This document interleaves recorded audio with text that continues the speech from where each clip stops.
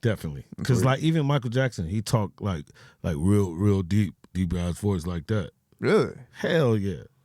Yo, what's up, man? No, he did not, man. I promise, That's bro. one thing that I cannot believe. I I've seen Michael. You. I promise. Google it. They got some out there where he uses his real voice. But dog, and then Wait, so when you were you hung out with Michael Jackson like personally? Hell yeah. What? I didn't know, man. That's Uncle Mike. I did not know you hung out with Michael Jackson, man. Oh I'm my sorry, God, bro. Man. Yeah. What was your friendship like with Michael? Well, okay, so how I first met Michael Jackson was through Eddie Griffin. Oh, cool. So we were in Hollywood, of course. Eddie Griffin used to live next to India Arie, a singer. She was pretty dope too. So we all stayed. Justin Timberlake stayed up there in the glass house. Bananas. So Michael Jackson is moving from Neverland, the Neverland Ranch. So, but he gets a crib in the Hollywood Hills for a minute before he goes to Vegas, where he dies. So this is kind of like, I met him probably like in the last 8 years of his life. So I didn't know him like forever, but we meet Eddie Griffin.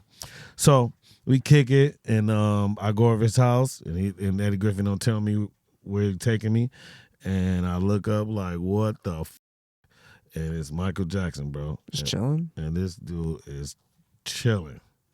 Hey, what's up? You from Detroit? Oh, I love Detroit. You do cocaine?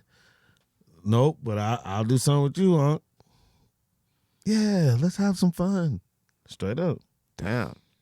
Yeah. And he just talked like a G. Like he didn't talk like how the interviews show him. No, he had that, but it wasn't like high pitched, but it was kind of in the middle. But then one time I heard somebody say, "Come to the back." One of his helpers in his house was like, "Mr. Jackson, you got a phone call." He went in the back, and we heard the deep ass voice. What the nigga? That shit. Well, I was like, what? And then he came back out and was like, yeah, so. Damn. You know what I'm saying? And then I was like looking at him like, what? And then he said, doesn't matter, Carlos. It doesn't matter who you tell. They won't believe you. And then he started like, oh my God. I swear to God, bro. And Eddie Griffin, you know, he blink his eyes when he laughed.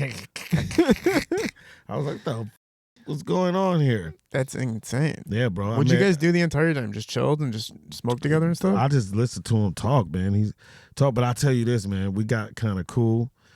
And then I would go to the store for him a lot, the liquor store just on the corner on Sunset, and I never had no money, bro.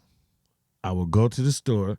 I guess Mike would call and tell him, you know, he has on this or whatever, and I go in there and get a case of not Vu, but what was the Clico champagne, red wine, and cartons of Marlboro Light cigarettes, and then whatever else I wanted, like and then chips and shit like that. But yeah, he would get straight Clico, bro. I'm talking about cases of that shit, and I would just go and carry them like a fucking Uber Eats guy. But that shit wasn't even out then.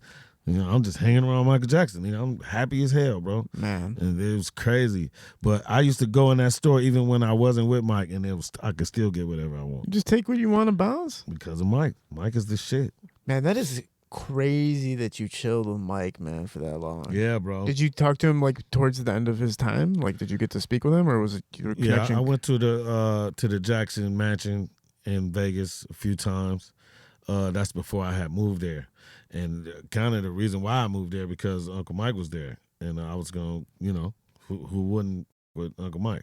And he had like the tour that he was doing, and then he had like the Venetian that they were building him something in Vegas, but they just stopped once he died.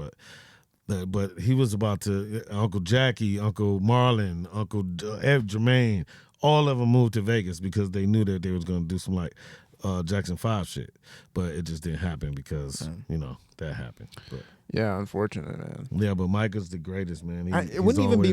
You know what's weird though? Wouldn't it even make sense for him to be here in this like era of life? Like what's happening with the world today? Like would it make sense for Michael to be here? Would it make sense for Kobe to be here? Like right. It feels like a different time since they've all Yeah, been they done. two outspoken people, man. They Yeah. like they would get charred right now. Kobe Bryant, that's another story. I met Kobe Bryant when he first moved to LA. Really? Yeah, I used to hang out with Kobe, like tough. I knew 8 Kobe and I knew 24 Kobe. Because they were two different motherfuckers. Like, because by 24, went through the case, and, the Denver shit and all that. So he was different. He didn't want people around him. He didn't want that around this, that. But 8 was a maniac. So I was there for both. Crazy. Were more at the gym with him, or like where were you guys at? No, he would hang out. He would hang out. He would come to the comedy store all the time. I was on Moesha a lot. I did a lot of background work for Moesha. And then, he went with Brandy. That was his girlfriend. Or they went to the prom or some shit. Yeah, and I seen him sock Wanye from Boys to Men in the mouth over her with a cast on. He had a cast on one of his hands and socked him out. Bang.